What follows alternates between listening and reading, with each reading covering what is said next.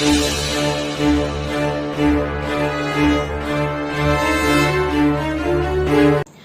dear students of class 12 English Literature. Greetings. This is M. Rahman and you are attending ORSE classes of English language. We welcome you to our chapter number 4 that is taken from the Flamingo NCERT class 12 English. Students, in this Hindi version lecture you will learn the chapter Rat Trap that is written by Selma Lagerlöf. ये एक Swedish writer हैं और इनके chapter के बारे में वैसे तो आप प्रीवियस लेक्चर्स में जान चुके हैं, लेकिन फिर भी थोड़ा सा बताते हुए चलते हैं कि रैट ट्रैप एक फिलोसॉफिकल चैप्टर है और सेल्मा लैगरलॉफ की जो राइटिंग स्टाइल है वो essential goodness in a human being लाने वाली है। वो इंसान के अंदर अच्छाई तलाशते हैं और इसी तरह की गुड अंडरस्टैंडिंग एक ह्यूमन बीइंग के लिए दूसरे ह्यूमन बीइंग से पैदा करने में वे अपनी राइटिंग्स के माध्यम से कोशिश करते हैं। स्टोरी कुछ इस तरह से है। यहाँ पर एक बहुत ही गरीब रैट ट्रैप पैडलर है, वह चूहेदान बेचा करता है। एक दिन वह चूहेदान बेच रहा था और सड़क पर चलते चलते अचानक उसके दिमाग में एक बहुत ही फिलोसॉफिकल विचार आया। उसने कहा कि ये पूरा जो संसार है एक चूहेदान के समान है और इसके अंदर की जितनी सुंदरता, जितने आकर्षण हैं वह उस चूहेदान में लगे हुए उस बेट, उस चारे की तरह से हैं जिसको देख करके चूहा फंस जाता है। उसी तरह से इस दुनिया के अंदर इंसान उन आकर्षण को देख करके फंस जाता है और उसकी जिंदगी तबाह हो जाती है।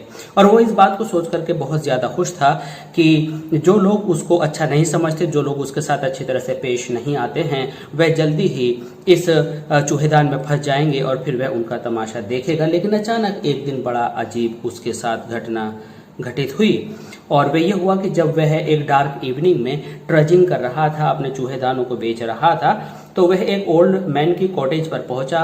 उस ओल्ड मैन ने उस पैडलर का वेलकम किया, लेकिन वहां पर वो 10 कोरोना नोट्स या बिल्स कह सकते हैं आपके चक्कर में आ गया और उसने उस ओल्ड मैन के 30 करोनर चुरा लिए। चुराने के बाद उसने सोचा कि क्यों ना मैं जंगल से चलूं ताकि लोग मुझे पकड़ ना पाए। लेकिन जब वह जंगल से जा रहा था तो वह रास्ता भूल गया। जंगल बहुत कॉम्प्लिकेटेड रास्ते वाला था, वह बाहर नहीं निकल पा रहा था और सुबह से चलते चलते शाम हो गई और शाम को वह जमीन पर गिर पड़ा। गिरने के बाद उसे लग रहा था कि अब वह उठ नहीं पाएगा और जंगल का खतरा उसकी जान पर बन जाएगा। लेकिन तभी ईश्वर की करनी ऐसी हुई कि जैसे ही उसका कान जमीन पर रखा गया उसको हथौड़े की धमक की आवाज सुनाई दी। उसे लगा कि आसपास कोई लिविंग बीइंग रहते हैं और वह उन मनुष्यों की तरफ चला जाएगा। उसको जब वह आगे चला उस आवाज की दिशा में तो उसने पाया कि वहां पर एक आयरन वर्क्स है, एक लोहे का कारखाना है जहां पर आयरन की मेल्टिंग वगैरह होती है। वह वहां पर पहुंच जाता है। अब वह एंट्री भी कर लेता है और अब हम अपने पैराग्राफ नंबर 16 में देखेंगे कि वहां पर क्या होता है। एक्चुअली जब वह उस कारखाने में पहुंचता है जहां पर मेल्टिंग और दूसरे आयरन से रिलेटेड वर्क किए जा रहे हैं, तो वह अंदर चला जाता है और अंदर की गर्मी उसको काफी राहत देती है क्योंकि बाहर बहुत ही ठंडा मौसम है। Let's begin paragraph number 16। What is paragraph number 16? He asked permission to stay. उसने जो वहां पर ब्लैक स्मिथ बैठा हुआ था उससे परमिशन मांगी and the master blacksmith nodded a haughty consent without any honouring him with a single word. यहाँ पर आप देखेंगे कि सोसाइटी की कितनी अच्छी पिक्चर यहाँ पर राइटर ने दिखाई है कि एक व्यक्ति जो थोड़ा सा अपनी कंडीशन में, अपनी वर्ल्ड के अंदर जो उसका स्टेटस है, अगर सुपीरियर होता है तो इन्फीरियर के साथ किस तरह का बर्ताव करता है। तो वो एक्सपीरियंस आप यहाँ पर देखेंगे, बड़े ही सटीक शब्दों में यहाँ पर बताया हुआ है। He asked permission to stay. आने वाला जो इंट्रूडर था, जो घुसपैठिया था या रैट ट्रैप पैडलर था, उसने परमिशन मांगी उस लोहार से जो वहां पर काम कर रहा था अपने असिस्टेंट के साथ, जिसको मास्टर ब्लैक स्मिथ कहा गया है। Nodded hottie consent. हॉटी मतलब घमंड वाली, कंसेंट मीन्स आप कह सकते हैं परमिशन। विदाउट ऑनरिंग हिम, और उस परमिशन के अंदर बिल्कुल भी सम्मान नहीं था। विद अ सिंगल वर्ड, एक शब्द का भी, यानी बड़ी लापरवाही से उसने कहा कि हाँ अंदर आ जाओ, गर्दन हिलाकर या इशारे से, लेकिन सम्मान में एक भी शब्द नहीं कहा। इससे पता चलता है कि सामने वाले में जो इंट्रूडर था, जो अंदर आया था, जो कि रैट ट्रैप पैडलर था, के अंदर ब्लैक स्मिथ का कोई इंटरेस्ट नहीं था। The tramp didn't say anything, और ये ट्रैम्प मीन्स पैदल चलने वाला जो व्यक्ति था, इसने भी कुछ नहीं कहा आइदर। देखिए आमतौर से आपने ईदर और नीदर नोर का यूज देखा होगा, लेकिन यहाँ पर डिड नॉट से ईदर है। आप हिंदी के एक सेंटेंस को अगर सुने तो हिंदी में कहा जाता है और ट्रैम्प ने भी तो कुछ नहीं कहा, तो ये एक अलग तरह की फीलिंग देने वाला सेंटेंस है। तो इसको जब आप इंग्लिश में ट्रांसलेट करते हैं तो कहेंगे the tramp didn't say anything either.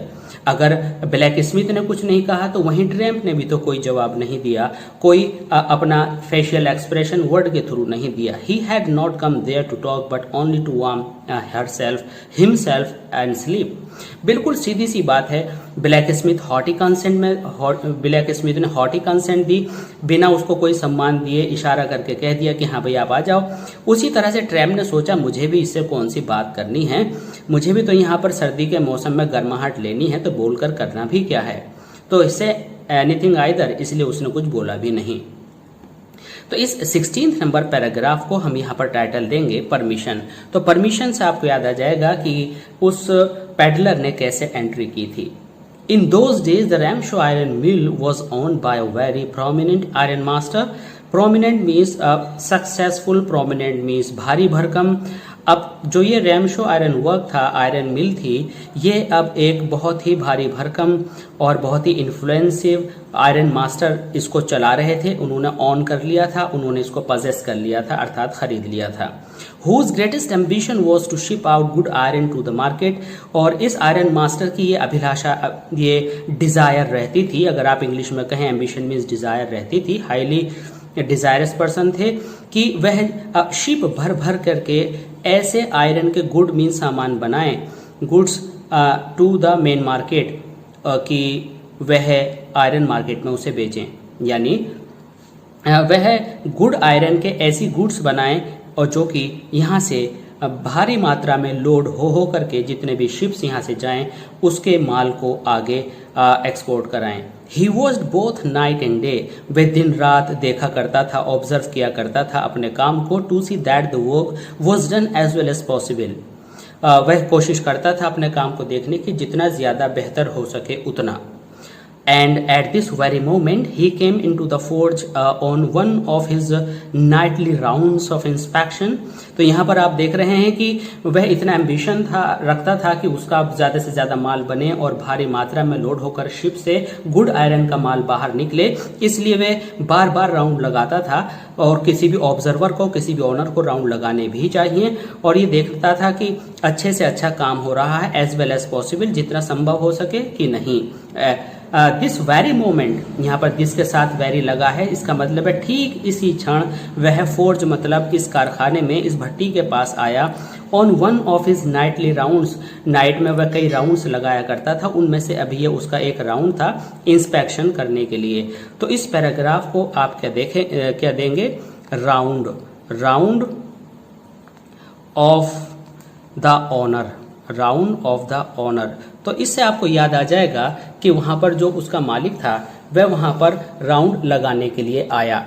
तो इसको आप यहाँ पर अच्छे से समझ लेंगे कि राउंड लगाने आया वह किस तरह की नेचर वाला व्यक्ति था और वह क्या चाहता था, तो यहाँ से आप इजीली समझ जाएंगे। Now let's begin paragraph number 18। यहाँ पर हमने पैराग्राफ्स में कुछ जो छोटे पैराग्राफ्स हैं, कन्वर्जेशन वाले पार्ट हैं, डायलॉग्स हैं, उनको हमने दूसरे पैराग्राफ्स में जोड़ लिया है। Naturally, the first thing he saw was the tall ragamuffin who had eased his way to close the furnace that steam rose from his wet rags। यहाँ पर आप देख रहे हैं जब कोई एंट्री करेगा तो सीधी सी बात है, क्योंकि वो वहाँ का यूज्ड टू है, उसे वहाँ पर हर चीज का पता है। अगर एक भी नया चेंज आता है तो उसको पता चल जाता है। यहाँ पर जो ये टॉल रैग मफिन यानी गूदड़ों में लिपटा हुआ यानी फटे हाल कपड़ों में, टैटर्ड जो कपड़ों के अंदर जो वह व्यक्ति वहाँ पर खड़ा था, वह ईज्ड, बड़ी आसानी से उसने भट्टी के पास, फर्नेस मीन्स भट्टी के पास अपना रास्ता बना लिया था। That steam rose from his wet rags, और उसके भीगे हुए बाहर कपड़ों से देखा, अभी पीछे आपने सुना सुना था कि बारिश पड़ रही थी और उसमें उसके कपड़े भीग गए थे, उससे स्टीम निकल रही थी। जब गंदे कपड़े हों और कोई भट्टी के पास जाकर के खड़ा हो जाए तो जो वेपराइजेशन होगा वह बैड स्मेल और फाउल स्मेल देने वाला होगा, क्योंकि कपड़े गंदे थे। तो उसके कपड़ों से बैड स्मेल राइज कर रही थी। रैग्स मीन्स फटे हाल कपड़े, यानी tattered clothes.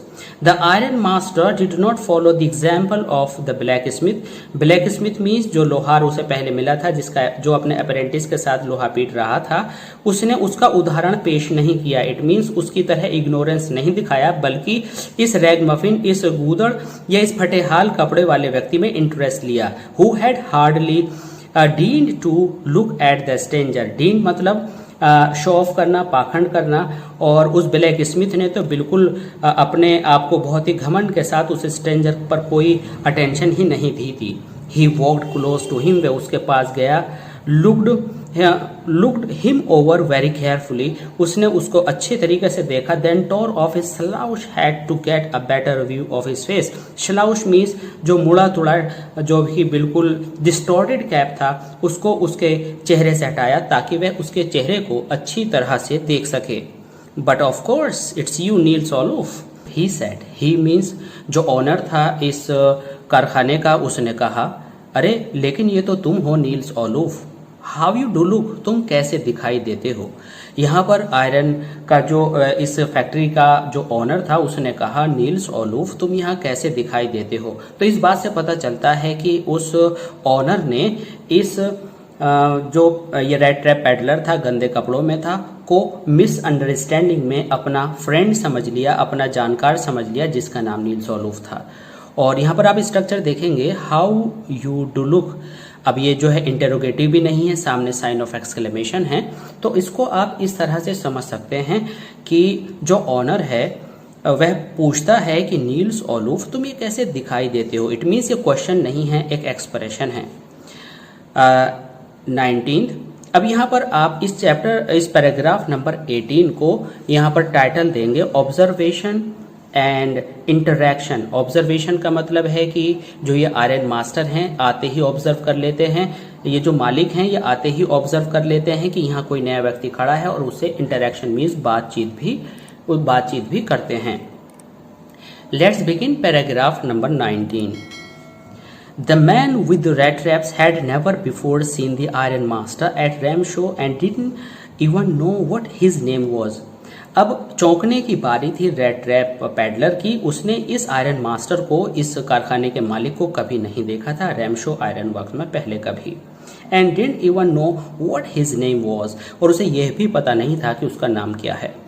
But it occurred to him that if the fine gentleman thought he was an old acquaintance, लेकिन it occurred to him, ये बड़ा अच्छा फ्रेज है। It occurred to him means he came to know, he understood कि यह जो fine gentleman है, ये जो आयरन मास्टर है, इसने खुद रेड ट्रैप पैडलर को एक अपना ओल्ड एक्वेंटेंस मीन्स साथी समझ लिया है, और ऐसा था भी। यानी रेड ट्रैप पैडलर जो कि ट्रैम्प कहलाया था, जो कि एंट्री अंदर कर गया था गंदे कपड़ों में, को आयरन मास्टर मीन्स इस मिल के मालिक ने अपना पुराना साथी कंफ्यूजन में समझ लिया था। He might perhaps throw him a couple of kroner, उसको फिर एक बार लालच का बुखार चढ़ा, उसको फिर एक बार टेम्पटेशन हुई कि अगर ये अपना दोस्त समझ गया है तो उसको ये कुछ रुपए और देगा। Therefore he didn't want to undeceive him all at once. तो यहाँ पर आप देखेंगे, यहाँ डिड नॉट है और यहाँ अनडिसीव है। डिसीव माने धोखा देना। अगर ये सेंटेंस इस तरह से होता, he did not want to deceive him, तो होता वह उसे धोखा नहीं देना चाहता था। लेकिन यहाँ है अनडिसीव, वह उसको धोखा देना नहीं चाहता था। यानी वह नहीं चाहता था कि उसको धोखा ना दे, इज इक्वल टू वह सोच रहा था कि अगर धोखा भी दे दे तो क्या फर्क पड़ता है, क्योंकि उसे कुछ करोनर मिल जाएंगे। Yes, God knows things have gone downhill with me, he said. यहाँ पर आयरन मास्टर ने बोलना शुरू किया, हाँ ईश्वर जानता है कि मेरा भी परेशानी का समय चल रहा था। यानी things have gone down hill with me का मतलब है कि मेरी जिंदगी में भी बहुत ज़्यादा उतार चल रहे थे। उतार चढ़ाव आपने सुना होगा, तो डाउन हिल का मतलब है थोड़ा सा विपत्ति का समय चल रहा था। ही सेड, अगर आपसे पूछा जाए कि उसने ऐसा क्यों कहा, तो उसने अब इस रेड रैप पैडलर को नील्स ओलूफ समझकर यह कहा कि जिस समय तुम परेशानी में आए थे उस समय मैं भी परेशानी में था, इसलिए मैं तुम्हारी मदद नहीं कर सका था। इसलिए बिना सवाल जवाब किए आयरन मास्टर ये कहते हैं कि मैं भी उस समय परेशानी में चल रहा था, अर्थात अगर मैं परेशानी में न चलता तो आज तुम्हारी ऐसी स्थिति नहीं होती। He said, "You should not have resigned from the regiment." और तुम्हें रेजिमेंट से रेजिग्नेशन इस्तीफा नहीं देना चाहिए था। तो इस लाइन से यह पता चलता है कि नील्स ओलूफ नाम का जो व्यक्ति है, जो कि आयरन मास्टर का कभी फ्रेंड हुआ करता था, ये रेजिमेंट में था, ये फौज में था और इसने रेजिग्नेशन दे दिया था और उसके बाद उसकी स्थिति बिगड़ गई थी। ऐसा आयरन मास्टर के कॉन्वर्जेशन से पता चलता है और इससे इस रेड ट्रैप पैडलर ने यह अंदाजा लगा लिया था कि उसको कुछ कोरोनर मिलने हैं, उसको कुछ फायदा होना है। आगे देखते हैं, you should not have resign from the regiment, तुम्हें रेजिमेंट से रिजाइन नहीं देना था, said the iron master, that was the mistake, ये बहुत बड़ी गलती हुई। If only I had still been in the service at the time, यहाँ पर आयरन मास्टर ने कहा अगर उस समय मेरे पास कोई भी काम होता, it never would have happen, तो ऐसा कभी हैपन नहीं हुआ होता। तो माय डियर लर्नर्स, यहाँ पर आपको समझना है कि it would have never happen का क्या मतलब हुआ कि मैं ऐसा कभी नहीं होने देता। ऐसा कभी होने का मतलब है कि उसका इतना डियर फ्रेंड नील्स ओलूफ ऐसी बुरी स्थिति में गंदे कपड़ों में बुरा दिखने वाला नहीं दिखाई देता और वह उसकी मदद जरूर करता। कौन किसकी मदद करता? आयरन मास्टर नील्स ओलूफ की, जो कि गलती से उसने रेड रैप पैडलर को समझ लिया था कि मदद करता। Well now of course you will come home with me. अब चूंकि ये आयरन मास्टर प्रॉस्पर हो गया था, एम्बिशियस था, इसका कारखाना सही चल रहा था, वो सोचते हुए उसने कहा ऑफ कोर्स, वास्तव में आप मेरे साथ घर चलो। To go along up to the manor house and be received by the owner like an old regimental comrade. अब यहाँ पर पैडलर सोच रहा है कि अगर टू गो अलोंग, उसके साथ जाना, अब द मैनर हाउस मीन जो मालिक है इस कारखाने का, B received by the owner like an old regimental comrade means friend, और इस ओनर के द्वारा उसके साथ एक रेजिमेंटल साथी, जो उसका फौज में रहने वाला साथी था, की तरह से पेश आने वाली उसके साथ बात थी। That however did not please the tramp, ये हालांकि इस ट्रैम्प को पसंद नहीं आई। तो यहाँ पर क्या देखा आपने? यहाँ पर आपने देखा कि जो पैडलर है पहले सोच रहा था कि मुझे कुछ कोरोनर मिल जाएंगे, लेकिन जैसे जैसे वह इस आयरन मास्टर की गर्मजोशी और वार्म वेलकम को समझने लगा, उसे लगा कि भाई अब पहले ही मैं 30 कोरोनर चुरा चुका हूँ, 3 नोट 10 के चुरा चुका हूँ, अगर मैं अब आगे जाता हूँ तो और प्रॉब्लम में मैं फंस जाऊंगा। इस बात को सोच करके यहाँ पर पैडलर ने कहा no I couldn't think of it, नहीं मुझे नहीं लगता कि मुझे जाना चाहिए। He said looking quite alarmed, alarm means खतरा भांप करके पैडलर ने कहा।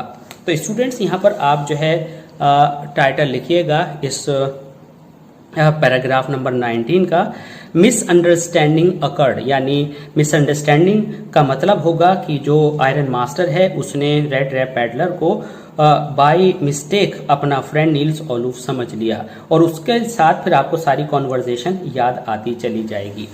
Now dear learners, let's move to the paragraph number 20.